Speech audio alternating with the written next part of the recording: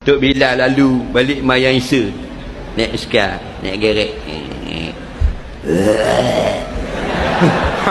Tok Bilal gitu lagi, kecil kepala tembak lagi.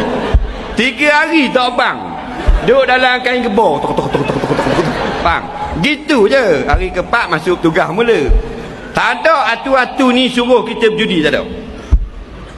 Atu putih anak ke Laswi kemari, pergi ambil nombor ekor, tidak aku cekik kamu. Ada? Tak ada. Dia gurau. Kalau hak budak-budak umur sibiang, Nabi cerita maghrib dia masuk kot tikak kot pintu, dia panjat atas siling, jalan kot siling, dia tengok budak-budak buat gitu, anak itu nangis. Kita pun ambil minyak Pak Ali nama perut.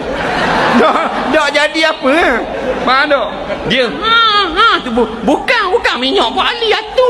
Dia kata habis dah kita bodoh. Nampak tak?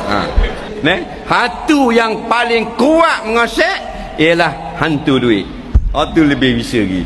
Dalam kocek kita ni, RM5 slow sikit power, 100 power.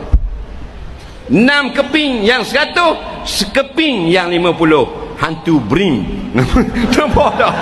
Itu lagi bahaya kita.